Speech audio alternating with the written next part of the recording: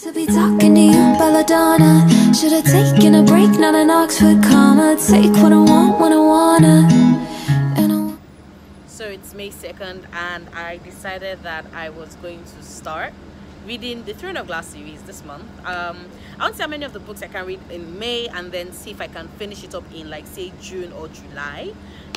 So yes, I am starting things off with Assassin's Blade. I think I'm going to have a lot of fun reading this, because I think a lot of people out there really love Assassin's Blade and believe that it helps to elevate Throne of Glass even more. Or some people believe that, oh, you could start Assassin's Blade at any point in time and you still enjoy the series.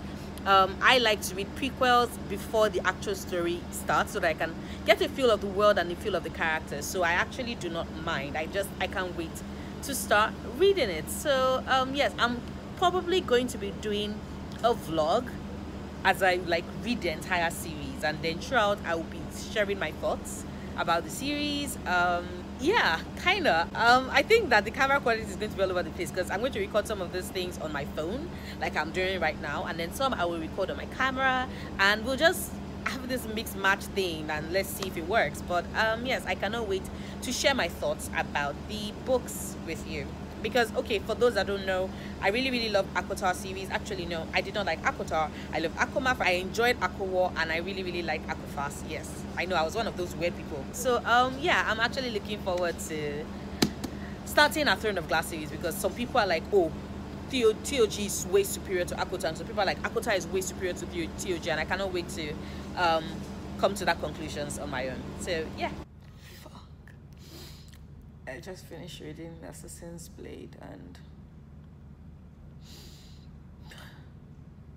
my name is Sam Cortland, and I will not be afraid.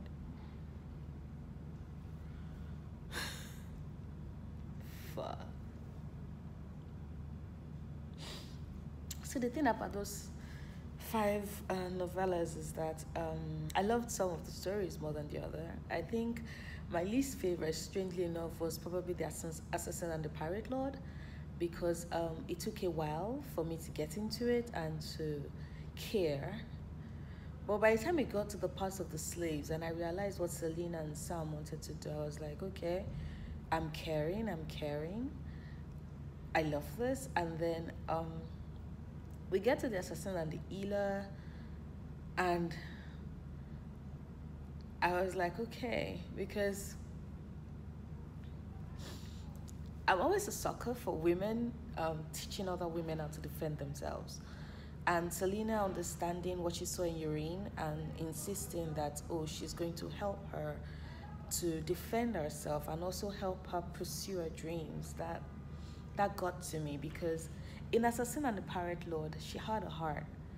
By the time we got to Assassin and the Assassin and the Healer, you could see that she had compassion. She could think of others, not just slaves, but even other women like her, whose situations, even though they started similar, were different, and who she saw in a possibility for a better future and was willing to fund and help that.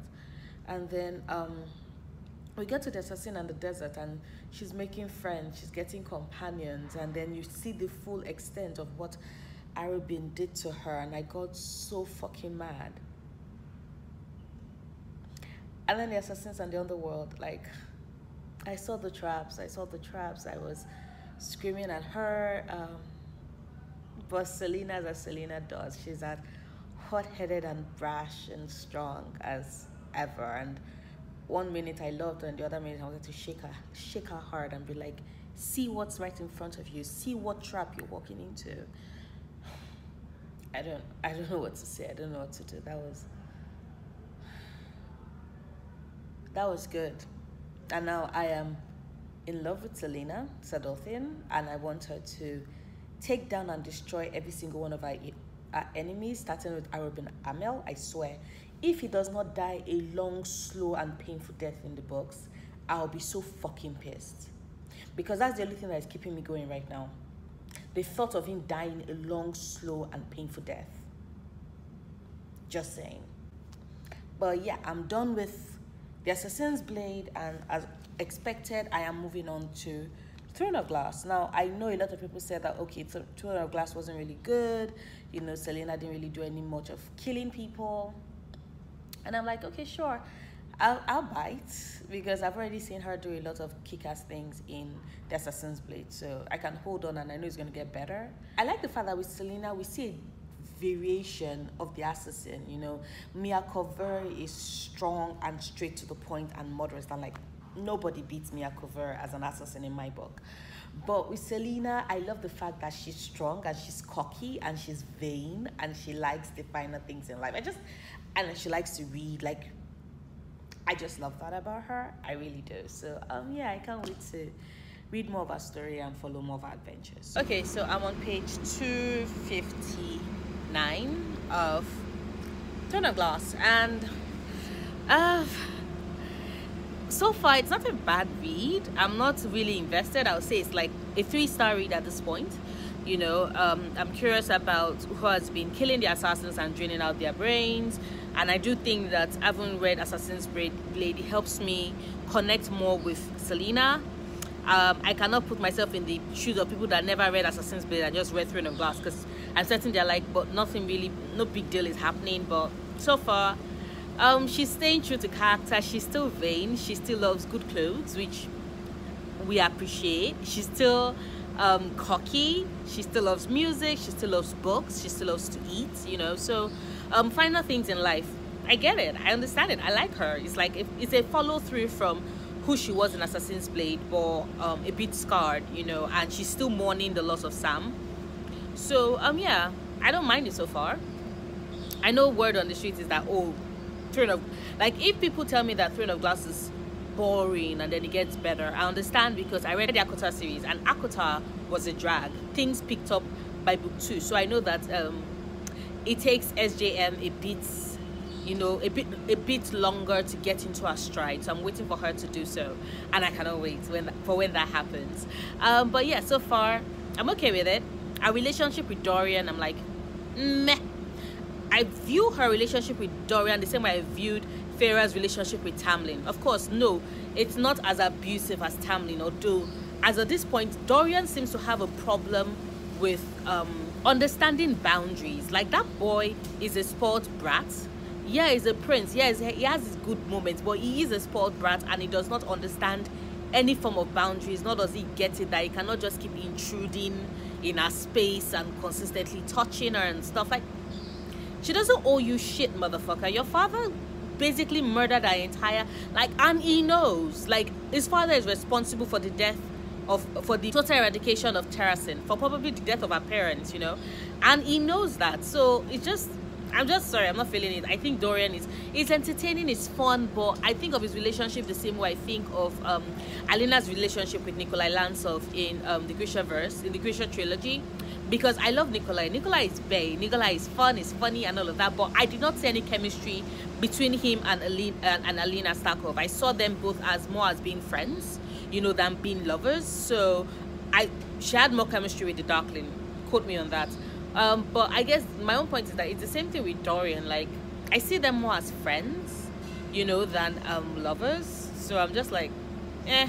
And if I'm going with, you know, what we've seen so far in Akota series, right, Shaje tends to make it like, oh, you have the opportunity, like, they're usually the young person, the young first love of your youth, and then there's the first love as an adult, and then you now move on to the person that you be with, which I appreciate, because, like, very rare is it that the very first person you fall in love with is the only person you would, like, spend the rest of your life with. Like, it really works out that way. So I understand. So I'm like, okay, sure, she kind of likes Dorian, I can see it, but I'm just, their relationship is bland. It lacks chemistry. It's very boring, but I'm enjoying it so far.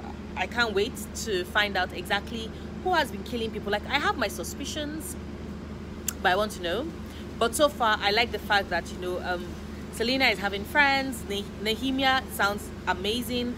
I sincerely hope that she does not turn around and backstab her again, like, you know, Ansel. So please do not be a repeat Ansel. Please, please, please, please. That's all I need. That's all. And I'm still pissed because we still haven't seen Arubin Amel, which means that motherfucker is not yet dead and I need him to die. So I finished Throne of Glass. yesterday. Actually, I think it's more appropriate to say I finished it this morning because I was reading it until about past 3 in the morning. That's when I finished it, and then I immediately picked up Crown of Midnight. See, this is the reason why I'm thankful that I tend to buy my series like together, because I can just binge read through the entire series. And I'm just imagining my life and how it would have felt if it was after I finished one book, I have to wait for like months for the other book to get to me. Like, nah, we're not about that life. But anyway, I finished Throne of Glass. I gave it a 3-star because the pacing was kind of off. I wanted the challenges to be more, challenging. And but Selena is still bae. I know a lot of people are like, oh my god, they don't like her, but I don't know. Maybe it's because I still stated, I think it's because I read Assassin's Blade first, so I understand her, I understand her motivation, I understand where she's coming from, and I actually do like her. I like the fact that she's a different spin on the traditional assassin. So she likes girly things, she likes she likes gorgeous dresses, she likes books, she likes being pampered, she's vain, she's cocky, she's arrogant. Like, I like that. I fucks with that. Is she the best assassin? Miakove will whoop her ass. Like, I am fairly certain Miakove will whoop her ass, but on this channel we're not about pitting two strong women against each other, so yeah. Which I probably should not have made that dig about me and whooping her ass, right? But if they could actually do a cross event, I actually want to see not them fighting each other, but them partnering up to take down somebody. Like, I would have said Consul Scava, but that bastard's head is all for me. So maybe some mutual enemies that they have in common. That would be cool. But yes, I gave it 3 stars. Like I said, I like Selena. Fleetfoot is I want that dog. That puppy makes me want a puppy, and I'm not actually a dog person. I'm more a cat person than a dog person. But what can I say? That dog makes me want to have puppies. Dorian, like, I still don't understand the fascination. Like, I know there are people in this universe, in this planet that like it, but the boy is entitled, is boring, is entitled, is annoying, is just... See, the end of Throne of Glass, right, after the door, and our girl has been beaten blue, black, and indigo. Like, she had her ass whooped.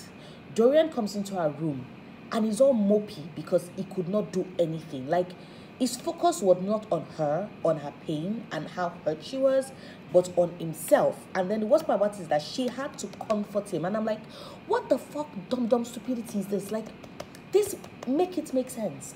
What kind of dumbass love interest? Think about it. What kind of dumbass love interest in that exact moment was all about their own pain instead of focusing on the person that you claim you love? Like, it's boring. They don't have any chemistry. He's selfish. He's self-absorbed. He has no concept or idea of personal space. So I'm just waiting until the actual love interest shows up, because it's SJM, it's Sarah J. Maas. And if there's anything that Akuta series taught me, the love interest I do not like and that I believe has zero chemistry with the lead protagonist is usually not the end game. Case in point, Farah and Tamlin. Like, I called that from book 1, and I was okay, fine, sure, it helped that I already knew she was going to end up with. But when I was reading it, I was not driven by, oh, okay, she's going to end up with Risa. And I just looked at her and I was like, this matchup makes no sense. And I was right. Dorian and Selena, nope. And I started Crown of Midnight this morning. I'm currently on what page am I on? Page 22. And in the first 22 pages, Dorian once again shows his ass. Is it going to... How long am I meant to deal with this boy? Like, how long? I'm not sure if Selena loves me. What if it is that she has been faking it all along? What if she used me? I'm like, bitch, are you dumb? Are you dumb? Like, anyway, those are my thoughts. Nehemia is gorgeous and amazing, and we love her and we stand. Elena, yes, please. Selena, I love. Fleetfoot, my baby. I love Kale. I do believe though that it's probably not going to end up with her, because one of my favorite K-dramas of all time, that Reply 1988, one of the characters, Jungwon, said something. He said something about, it's not about destiny or fate. Like, that's what we call it to make ourselves be better. It's all about timing. It's all about acting immediately. It's all about letting the person you love know that you love them early enough. It's all about, speaking up and not just fading into the shadows. It's all about taking that chance when you get it. And Kale has had a lot of chances to let Selena know that he loves her, but he has not taken that chance. He's not taking that opportunity. Dorian has been doing that, and we all know Dorian is an idiot. So we know she's going to end up with Dorian. Kale just keeps losing his moment. So I'm calling it. There will be another love interest. Yeah, I tried to stay away from Throne of Glass fan art because I don't want to be spoiled, which has been hard, but I've been trying. So yeah, but I like to point out that this series is just as fantastic as Akotar, except for the fact that Akotar picked up in book 2. I sincerely hope that this picks up in book 2, max book 3, because there are 8 books in this baby. I need to up the ante, up the game. But I spent all night finishing Throne of Glass. It's a new day. I'm going to start. I've started kind of midnight, and I cannot wait to see what happens. So yeah.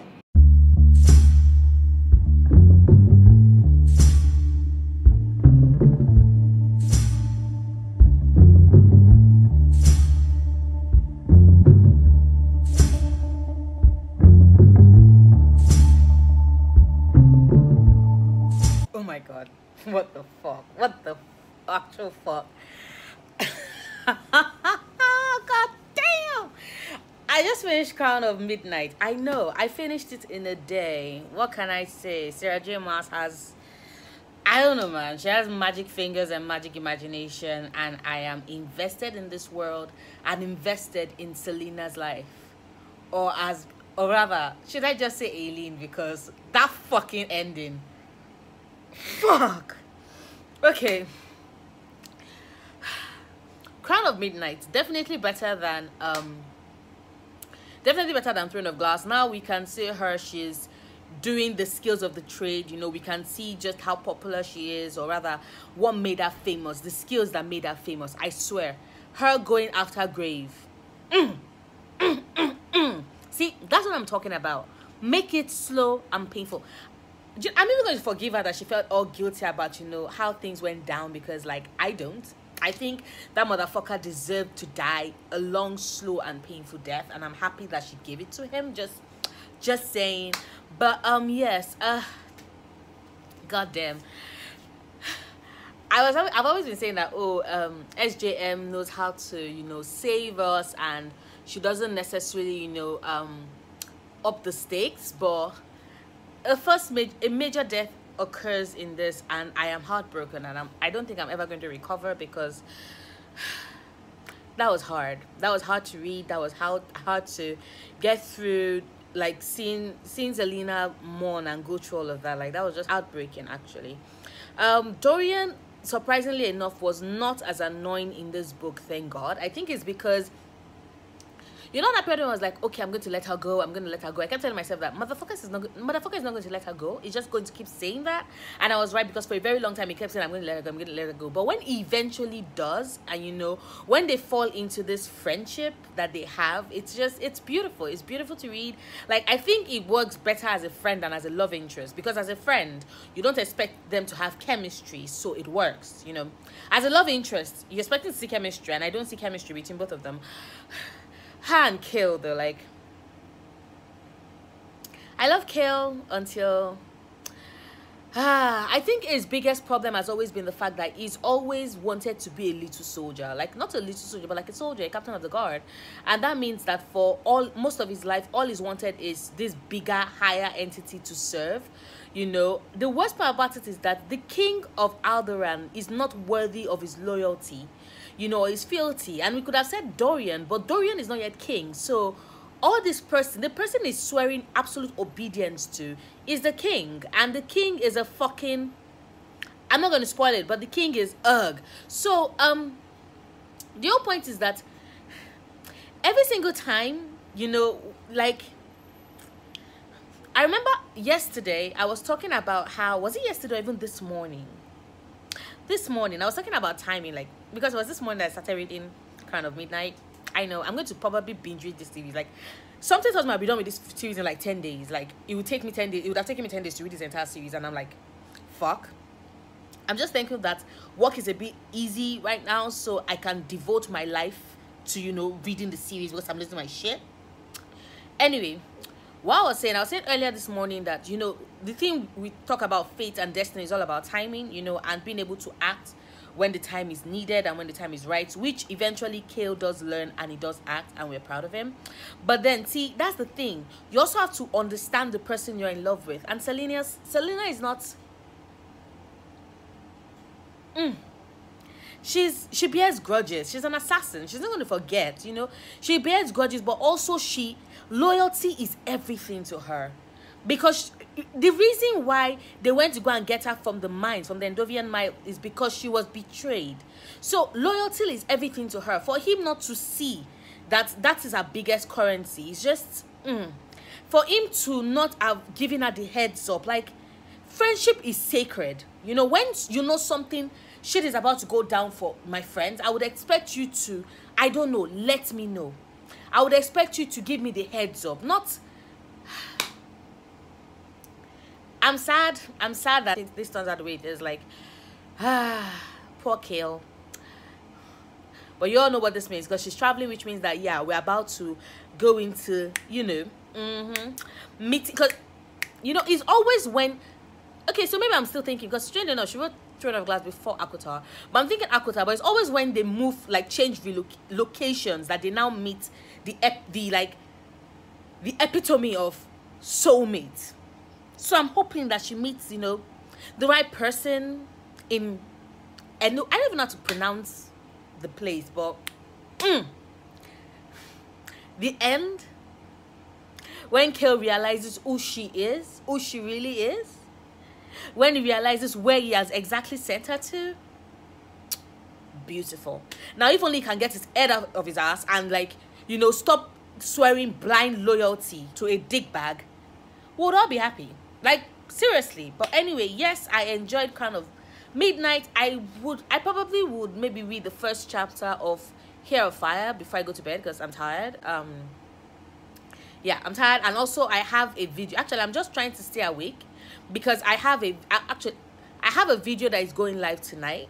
That's my bookshelf organization plus book haul video that is going out tonight. But I also have to edit my wrap-up, my April wrap-up. So I might just read a chapter of Air of Fire and then edit some videos, and then, like, after my video has gone live, go to bed, because work is tomorrow and I do have some work. But I want to see if I can at least get halfway through to, you know, Air of Fire, because I'm invested in Aileen's life. Like, yes, I am.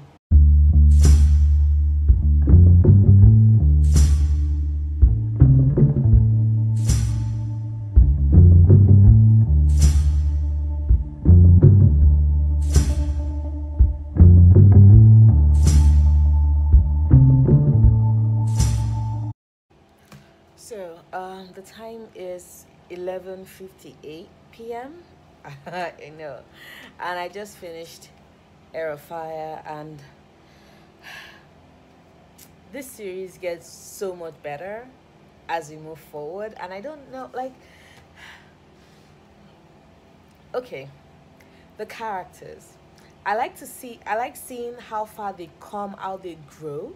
I love the fact that in this book we see Selena really coming to her own, and how she finally accepts who she is. You know, I love, there's the part with the Vlag princess, you know, when the devouring starts and she's surrounded by darkness and she literally hits rock bottom, and she finally comes to terms with the circumstances and the sacrifice that led her to where she currently is. And just seeing her come from the person we meet in Assassin's Blade and Throne of Glass all the way to Air of Fire, my mind is blown.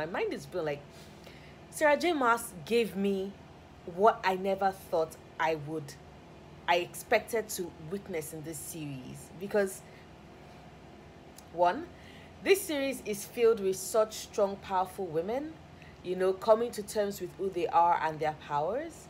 And just, I cried because of what she's gone through. I cried because of what she suffered, and I cried because of who she is going to be, because you are 100% certain that Aileen Ashrava, Galantnias, is going to be, she's going to change the world. And it's just I am not making any form of coherent sense. I just know that I really, really love this book. I love the fact that this book did not actually deal with romance. Like, the romance that is coming. And Sarah J. Maas is queen at giving you love interests that would travel the world for our protagonists, right? And they're deserving, because our protagonists would do the same. And I'm speaking as per with regards to Farah, with regards to Selena, now Aileen, and it's wonderful. I also love the fact that the way she writes romance in her books, or at least the two series she's written so far, it's all like, other writers like to do that old thing of you meet the love of your life and you're going to be with the love of your life for the rest of your life, but Sarah J. Maas doesn't do that, because she knows that realistically that is not necessarily always the case. She knows that your first love might not be your forever love. It might not even be your second love or your third love. But when it hits, it hits. And I loved seeing that. But I really, really love the fact that there was no romance in this book, because I think my favorite books is when Sarah takes the time to have the characters, especially our protagonists, really grow. That's the reason why Court of Mist and Fury was my favorite book in the Akotar series, because the villain was Farah's inadequacies and her fears, which led her to not accept who she was. And the main villain in Air of Fire, yes, sure, we have the king, who is, of course, the main villain of the entire series. And then you have the other people that show up, aka some aunt and some grandmother. I'm not going to get into that, but we know who the villains of the entire series are. But the villain for this book, or rather, the character journey that Aileen goes through, to deal with her grief, to deal with her loss, to accept it. So when she comes full circle and Rowan is tattooing her back and she's finally honoring her dead, I cried. I cried like I was a bawling mess. I cried like a big baby. Like, I'm not making any current sense, but just know that I really, really love this book. Like, this book is fantastic. I'd always had a problem with like the other books, because I was like, oh, Dorian was annoying me, and then Kill was annoying me, but like, they came around, especially Dorian. Like, after Aileen, Dorian has had the most amazing character development in this book, and I'm shook, really, really shook. Like, I have faith that Kill is probably also entering it. Like, Sarah J. Maas does this shit. She gives this character such amazing character development. I'm awed and I'm in love. I love this series. I love this series. I love this book. Love this book so much. As it's expected, this book gets a solid 5 stars. Solid 5 stars. And it has me hyped for the rest of the books in the series. And also for the fact that I have bags under my eyes. My head hurts. I've not been getting enough sleep, but who needs sleep when you're binge reading the entire Throne of Glass series? Like, sleep who? I don't know her. We don't know each other. What I do know and love, though, is Here on Fire. And Aiden, I need more of him in my life. Please let him survive. I sincerely hope he survives. I sincerely hope he survives. I sincerely hope, like, he's the second person to join Aileen's court. Manon's intro, I was like, I'm in love. Gotta love a girl whose first appearance is all like, where you have 3 men try to attack her, and take her down, and they're like, Cochran witch, and she's like, wrong witch, and then just eats them. I loved that. I love that. Abraxas is my baby. I want to adopt that waving, like, oh, god damn.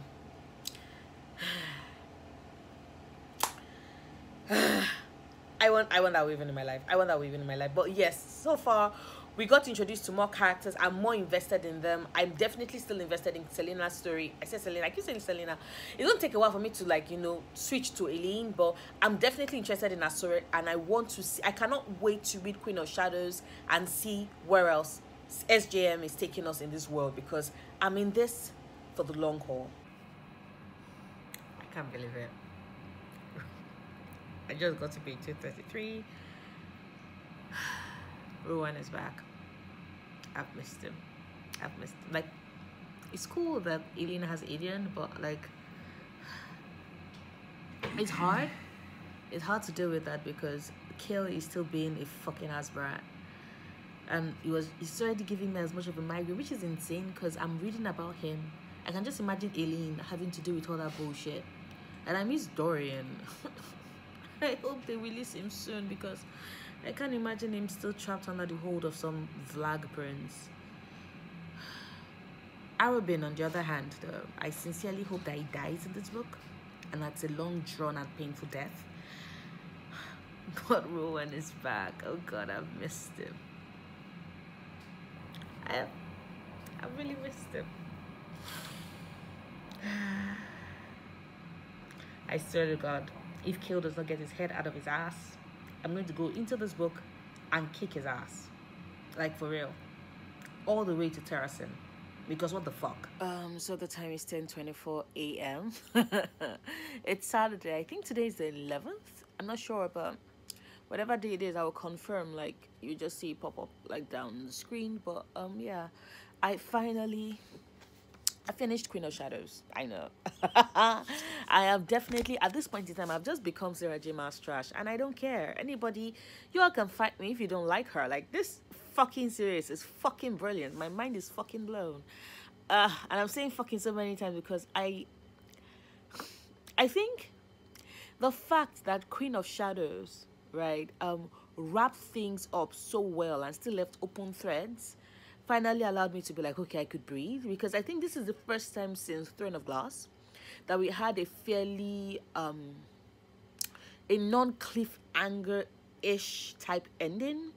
Like, I know where it ends, but like compared to the way Air of Fire ended or kind of Midnight ended, like this one was like solid. Like, so I think that was what helped me because I finally got some sleep. Like, I've been asleep for the last 8 hours and like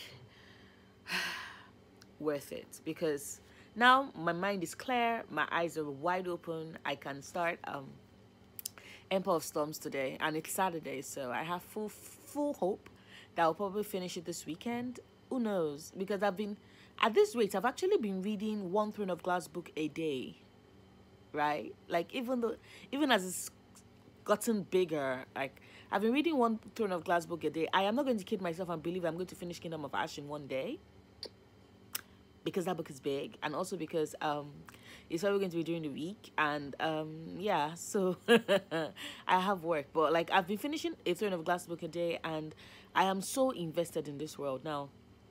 Queen of Shadows, oh my God, how do I get started?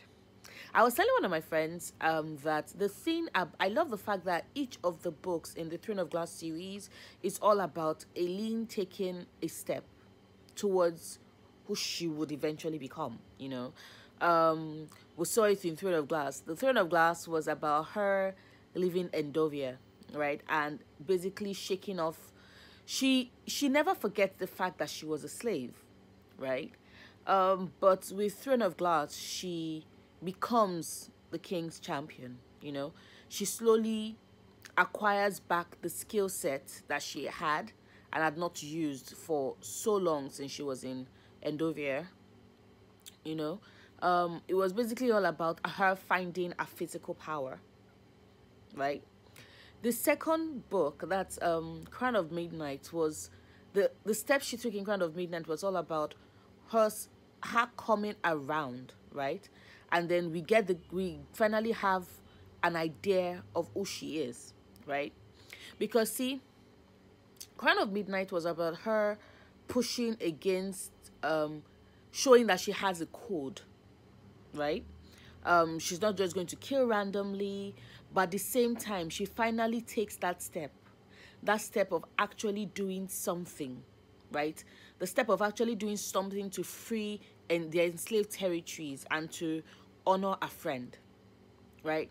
Air of Fire was her finally taking the step to accept her power, to accept being Fireheart, to letting go of the grief that had kept her, you know, letting go of the grief that had kept her bound and kept her from being able to move forward. Because when you realize what she's gone through, you understand why she why she is, or why she's been grieving, and why she just would not let her power out, and she finally does, and it's glorious. And now we have Queen of Shadows, where she's finally accepted a mandate to be queen, and she's slowly building a court, and now she has she has great friends. She has people who are loyal to her, and I love that. I love the fact that it's not just Aileen whose journey we follow through these books. It's the same thing with Dorian. It's the same thing with Kale, because I remember the Dorian at the beginning of the season, I could not stand his ass. Like, he pissed me the fuck off because he was so entitled, and he believed that, oh yes, everybody would love him. But when he finally came around, I was very impressed. I went from not giving two shits about Dorian Avillard to being actively invested in his life, to the point that when he finally broke that collar in that scene in Queen of Shadow, I lost my fucking shit, and I screamed, and I was happy because god damn. And then Kale, because Kale, god damn, oh god, Crown of Midnight, Air of Fire, from Crown of Midnight, from that period when he chose the king, when his willingness, he was so blindly loyal and obedient. And what happened when Nehemia happened, I was like, I fucking resent this man. And then we get to Air of Fire, where he's still all being stupid, and I was like, boy, I must smack you. And then we entered Queen of Shadows. That period when it was all like, it was distrusting of her. Like, I understand, but your point is that you cannot tell me, oh, she's fair and she's monstrous, when for so many years you were serving a literal monster. You don't get to, because I understood what was happening. He felt guilty, and he could not come to terms with that, so he was trying to transfer all of that rage and anger at himself. He felt towards himself at Aileen, and I couldn't stand for it. So I was so pissed. And then when he slowly started coming around, he became the Kill we knew from Throne of Glass. Or rather, when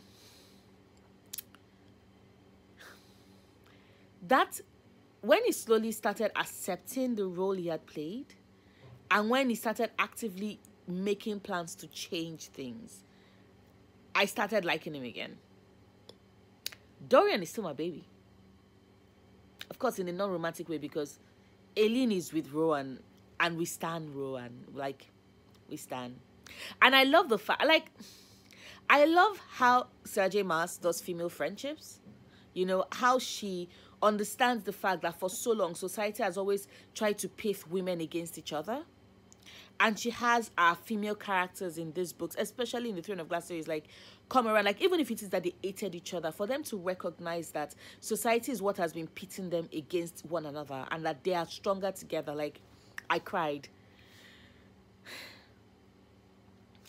I love Aileen's relationship with Nehemia, but I also love her friendship with Lysandra. And even that nod to Cartain, her admitting the fact that if she had actually taken the time, if she had not been blinded and let her own prejudice about and a misbelief about Cartain just being this airhead vapid girl, then things could have changed. I love that. Even Manon and Elide's is it Elide or Elides? Please, someone tell me how to pronounce her name, because I'm not listening to the other book, so I'm reading, but I don't know if it's Elide or Elide. Someone tell me down in the comments below. But even a friendship / relationship with Elide, Manon's relationship, even Manon's bond with Asterix, with her 13, I love that. Speaking of Manon, I love that witch. I love that Iron Witch. I am so thankful that we're getting her perspective in the books. I cannot wait to find out more about her and love her more. And Abraxas, I love that flower-smelling, star-grazing wyvern.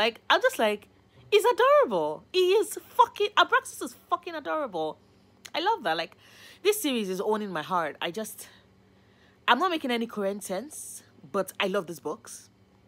I really, really love this. And as to be expected, Queen of Shadows is 5 fucking stars for me. Like 5 fucking stars. So on my way to get my hair done, and I forgot to add that I really loved what Sarah did with the king, just because when she was building it and we got that reveal of, oh my god, it wasn't me, I was supposed to be black, I'm like, bitch, that nigga better die. I don't give a shit. I don't give a yeah, sure, we feel sorry for you. You meddled with magics you should not have, and then got possessed as a result of it. Do we give a shit? No. That was like my own point. Like, I was looking, I'm like, there better not be no redemption shit. So when Dorian was like, yeah, die, I was like, bless.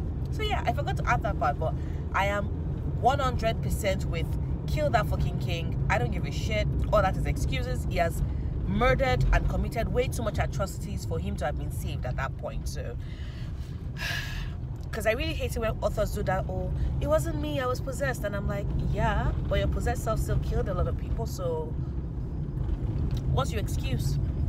What's it? And it wasn't like you're like a paid assassin. Like, what's your excuse? So yeah, definitely. And I think I went on Goodreads and I saw all the oh my god, SJM ruined the entire series because she liked Rowan and blah blah blah. And I'm guessing it's the same set of people that probably read the Akuta series and we're all like, oh my god, she should have got together with Tamlin. Firstly, Tamlin is an abuser. You're never gonna get me to change my mind about that. Secondly, Kale Westfall is a way better person than Tamlin could ever hope or dream to be. But I still find it ironic that a lot of people that were all like, it was out of character. I don't understand. Like, maybe I see it with that self, but I was talking to a couple of friends of mine a couple of days ago, it's like a couple of weeks ago actually, and we're talking about, you know, the characterization of the different Harry Potter houses, you know, and the fact that each one of those houses could have like turned evil, like not J.K. Rowling insisting that we are all evil for being evil's sake, for example. Like, I was like, okay, you have Gryffindor, who are brave, yes, but they're also very rash, and they always flounce the rules with the belief that what they are doing is right. And I'm sorry, there have been monsters in this world who have acted on that premise alone, on the belief that what they are doing is right. Right?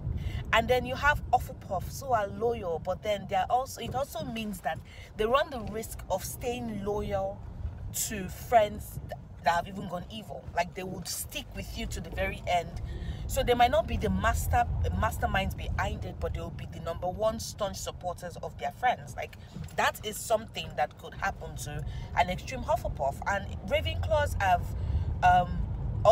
pursued knowledge, but at the same time there have been people that have pursued knowledge at the expense of human lives, like human experimentation and all of that.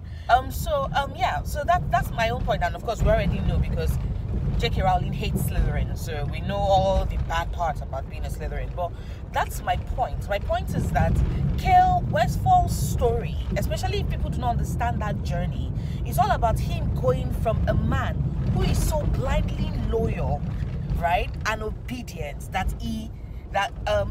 when he's loyal, which was what Selena said, like in the early, I think it was in kind of Midnight, yes, right, that it would make an awesome addition to any king's court because of his loyalty. But that's the thing, it has to be a king worthy of him, and he swore loyalty to a monster. Yes, he loved Dorian, and at the end of Heir of Fire, he did take a stand, but all this while he had been loyal to the king. So when people are all like, Kale acted out of character, I'm sorry, but he did not. The thing about it was that for so long he was loyal to a monster, and then he's finally breaking apart from it. But it does not mean that the actions he took while he was loyal to that monster, it does not mean that those actions don't have like consequences. It does not mean that, oh, you will not still remember that. And the fact that, oh, you're all like, oh my god, no, I'm sorry, but the minute he saw he saw Aileen's true form in Crown of Midnight, you could tell he was afraid and slightly repulsed. Yes, he sent her to Wendling to protect her, but he just couldn't still wrap his head around it. And for a man that has been blindly loyal to an empire and a kingdom, he has shown several times that his number one priority has always been Dorian and then Adelan, right? So no matter how he sees it, Aileen is a threat to that, at least to him, which is ironic because the king he served did totally and completely destroy her family, right? But I guess that's just the thing. It just showed that Kale Westfall was or is human, you know, and there's nothing wrong with that. But I'm looking forward to him redeeming. I'm looking forward to him like accepting those parts of himself and like being better. And I've heard that through Tower of Dawn more than redeems him, so I'm looking forward to reading it because I did love him in Throne of Glass. He did do some stupid ass shit in Crown of Midnight that I was fucking pissed at. So yeah, there is kind of that, and Air of Fire, and of course Queen of Shadows. Like, so yeah, that's about what I'm going to add to it because I'm going to do my hair and then I'm going to start Emperor of Storms while my hair is getting done. So the time is 11 o'clock. It's Sunday. I think it's the 11th of, I don't know dates. I don't know the date anymore since I started this series, and I just finished Empire of Storms, and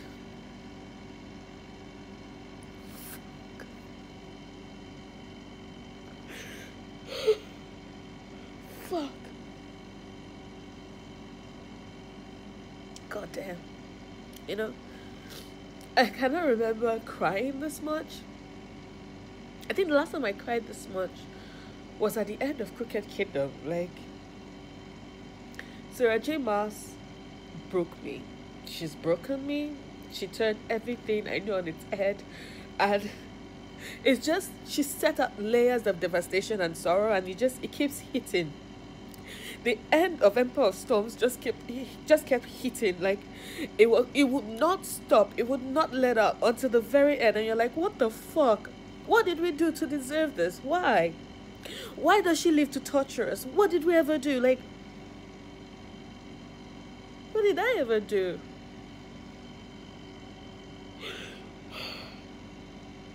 Maeve, you fucking ass bitch. Locan, you piece of shit.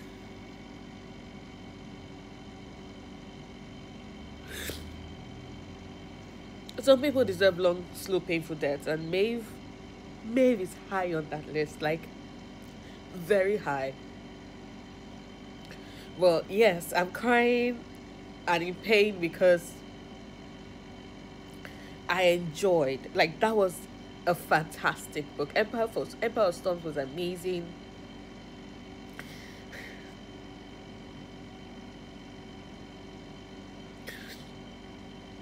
I knew eventually at one point in time Aileen would probably have to call in her debts.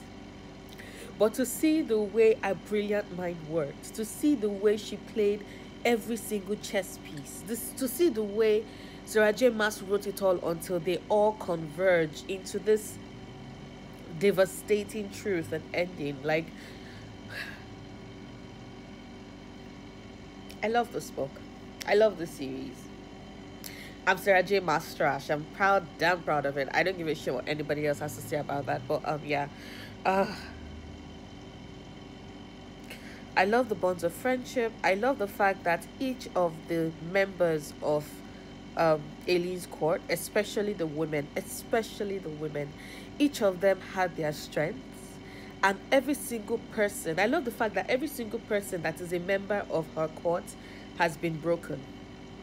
Like, they are strong, they are broken, but they are strong. And in being broken, in all the scars and tears that they have had to endure, it makes them so much stronger for it. They are not just a band of misfits, they are a band of broken people who are slowly healed and whose scars are their strengths and who have become so much better for it. And I love that. I love the fact that we could see through the entire book.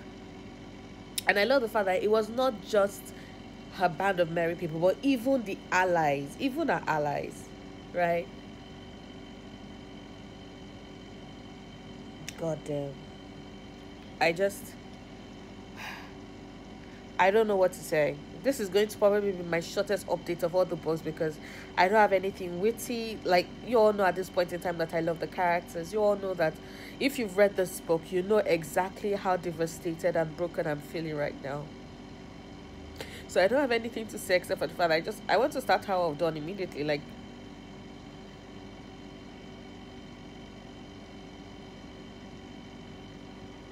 fuck.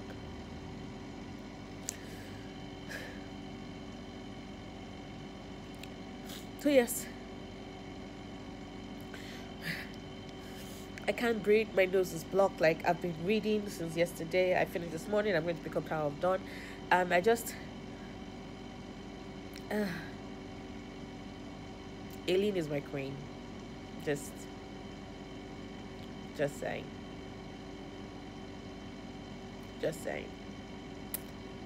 And I know from where I heard, I know that Tower of Dawn is actually not mostly, but all Kale's perspective. So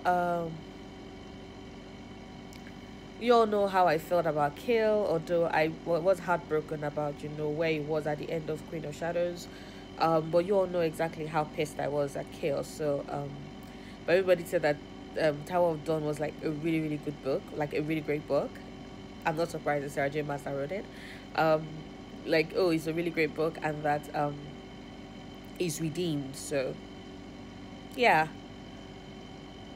I'm here for the ride. I'm here for me to be wrecked and heartbroken. I'm just keeping my fingers crossed, because see, I distinctly remember saying in the Aqua, when I was doing my not really review of the Akotar series, that what breaks me so much is the fact that, like, no, not breaks me, but like what has me relieved with the Aqua series was that a lot of people were like, oh, it was a cheap cutout, like nobody really died, nobody that really mattered died in Aqua, blah blah blah, and everything. And I remember distinctly saying that sometimes you want a book to devastate you, case in point Crooked Kingdom and the ending, that is Empire of Storms, and sometimes you just want happy moments, and which is what Sarah J. Maas gives. And I remember saying that is what Sarah J. Maas gives, and I sincerely hope that is something she still gives me at the end of this series, because fuck.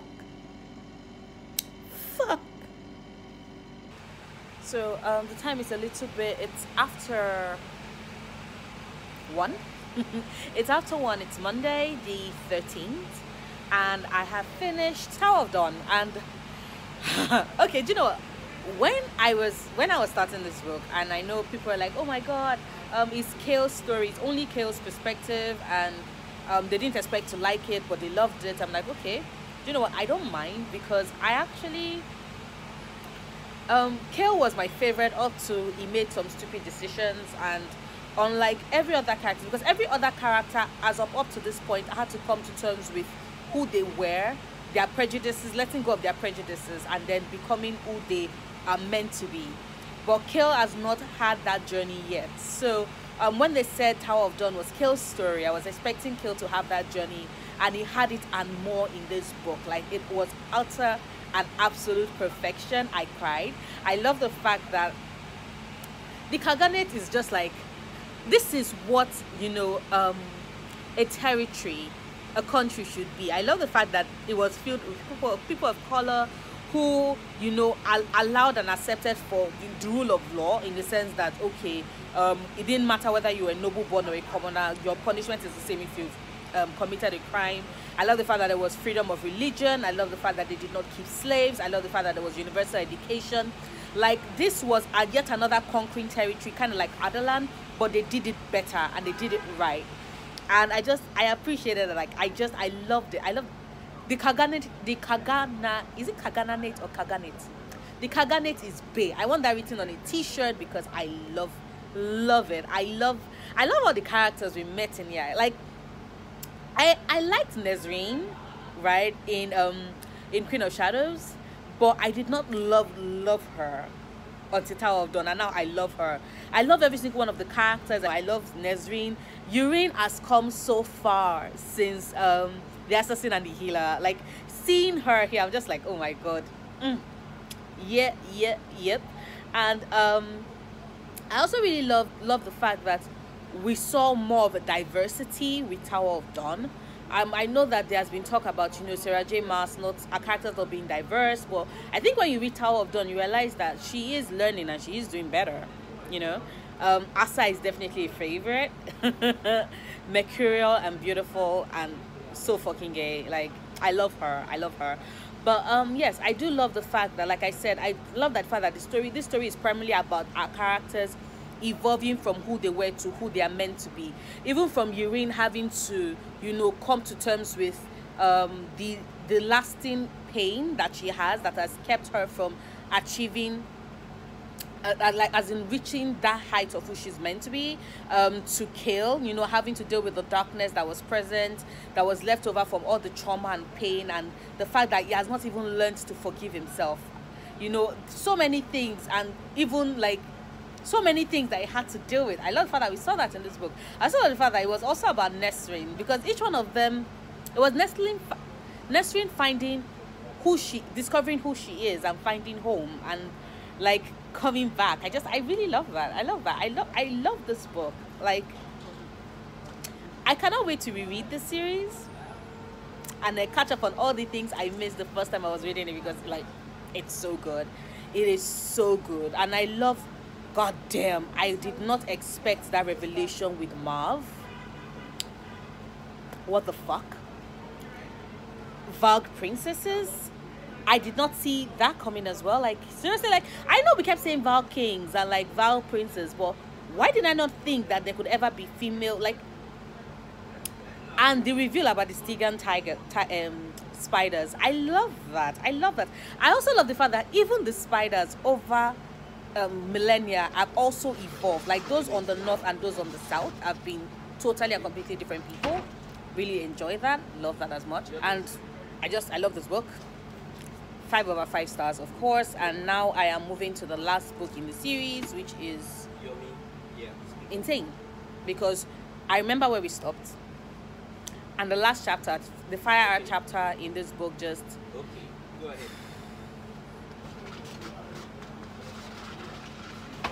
Aileen. That's all I'm saying. But I am thankful I actually did read Tower of the... Like, I know some people just jump straight from Air of Fire to Kingdom of Hearts because they wanted to know what happened next. But I'm really thankful and happy that I read Tower of Dawn first, because now I can just... I'm just waiting for all my characters to reunite. And like I said at the end of Empire of Storms, I'm hoping that Sarah J. Maas pulls the Sarah J. Maas and gives all my characters the matter happy endings. I don't care if it's too convenient. I don't care if it makes no sense for everybody to survive the war. I don't give a shit. Give me that, please. Thank you.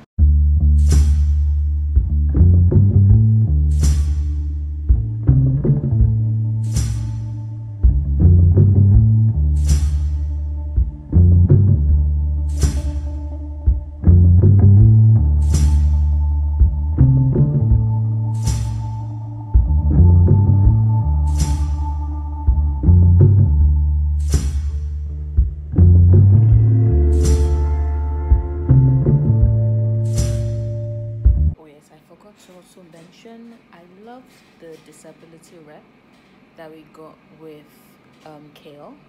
I'm an able-bodied woman, so I would not be able to say if it's accurate or not, but I love the fact that we got a full-fledged book that was all about Kale, who up to this point had been defined by his body, by the strength of his body, because he is a soldier, he's the captain of the guard. He used to be the captain of the guard. So for someone who has taken such pride in the strength his body has always afforded him, for him to have to now deal with the fact that, you know what, now he can't walk, he's paralyzed and all of that. Sarah taking us through that journey, taking us through careful steps, up until the point where Kale can say, without any form of resentment, and you know he means it, that he's not his chair, is not his disability, is still a man. He has always been a man, and he will still fight as one, whether he's walking or using a cane or sitting in a chair or riding a horse. Like, we came full circle with that, and I really, really, really did appreciate that.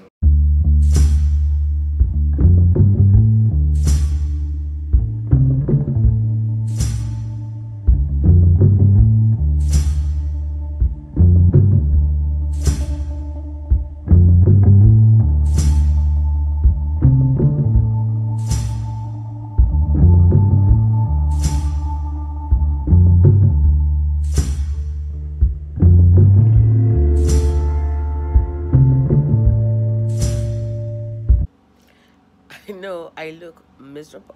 I don't know if I look. My face is swollen. My eyes are swollen. My nose is blocked. I can't breathe. Um, I'm exhausted. Yes, this is exhaustion. This is how exhaustion looks. But this is what it looks like when you finally finish Kingdom of Ash. Because I finished Kingdom of Ash. Like, it took me a day and about 12 to 18 hours. But I have finished the series, and goddamn, I love this series. I love this final book. I keep saying it though. Sarah J. Maas knows how to write a good war scene, right? Because so many authors, when it comes to like this battle has been building for a very long time, and then it's over just like that in the blink of an eye. Case in point, the battle of Winterfell. If you watch Game of Thrones, you know that Game of Thrones season 8 episode 3 was stupid. That is it. I'm not backing down from it. I believe it was stupid. Not when you set us up for this massive battle and then that cop out of an ending. No. But Sarah J. Maas does not do that. Like, we got an epic battle scene. We got like several. You had all the characters converging. I love the fact that she laid so many threads and then just wove them all intricately into this amazing tapestry that was a plot, that was the ending of Kingdom of Ash. I love the fact that she broke me, I cried, and then I laughed. And I know a lot of people are like, oh my god, Sarah J. Maas does not have that big stakes in her books. You know, we've seen that in the end of Aqua War and even in the end of Kingdom of Ash. Like, a lot of people survived that. You know, it would have broken. I was expecting them not to, and when they survived, it was a breath of relief. But even with that, though, there was a particular death scene in page 751. I broke down in tears. I cried myself to sleep and then picked up the rest of it when I woke up at 2 this morning. I know, like I said, I've not slept. So yeah, I don't have words for the end of the series. I love where all our characters ended up. I love the character development that they each undertook. I love the fact that our characters have grown so much. I love the series. I love the series. Do I love it more than the Aquatar series though? Akuma is still my baby, so I don't know, man. I don't know, but I definitely one of my favorite series. I love this. Like, I am full on Sarah J. Maas. I'm full on Sarah J. Maas trash. The fact that it took me what? I read a Throne of Glass novel a day, except for Kingdom of Ash, which took me a day and a half, and the novellas, which, because I was at that point in time, I was just reading one novella a day because I didn't know how invested I was going to be in this world. But yeah, if that does not tell you how much of a Sarah J. Maas trash I've become, let me just say it categorically that I am Sarah J. Maas trash. And this series, I love the series. I'm definitely going to be reading sometime soon and pick up on all the little things I'd missed initially. But I loved all the characters. I love the fact that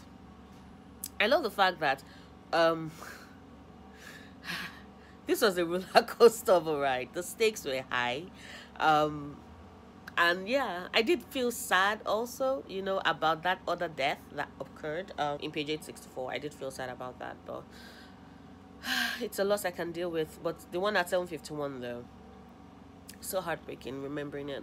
But I love reading about strong women, and I love the fact that this series is populated with them, whether they are old or they are young. So many amazing women, and oh my god, like, I don't know what else to say, but definitely a 5-star read for me. I loved every moment of it. I love the series. I love where Dorian ended up. I love where Kale ended up. I love, oh my god, that bit with Urine. Urine is bae. I love where Nezrine ended up. I love where Elide ended up. Like,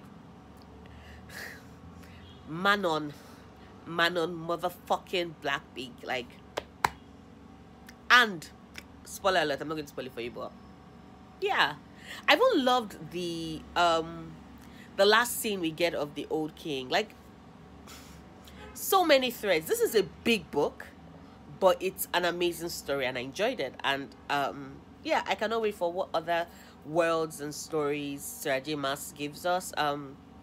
Keeping my fingers crossed that, you know, the next set of books do have more diversity, because the series is very white and very straight, but I still love this goddamn series. Like, also, can I say shout out to Aileen for doing that shit with the gods? You know what? Because Dina, you fucking ass bitch, you fucking lying, no good bitch. I'm not going to spoil it for anybody that's not read that part. But if you've read that part in Kingdom of Ash, where Eileen was like, you know what? Fuck this shit. I will no longer be a pawn. I was like, they deserved it. Not Mala. Probably not Zilba, because, you know. But the rest of them. So that is the end of my reading vlog. If it makes any form of sense, my face is swollen. I have to edit this and then head to work. I'm going to be going to work late, but it's going to be worth it because the book was so good. So yeah, that's the end of my reading vlog.